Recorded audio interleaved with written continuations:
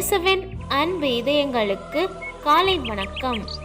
இந்த நாள் உங்களுக்கு ஆசீர்வாதமாக அமைய வாழ்த்துக்கள்.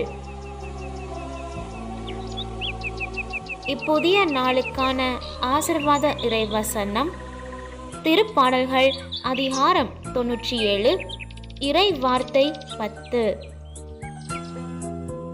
தீமையை வெறுப்போர் மீது ஆண்டவர் அன்பு கூறுகின்றார்.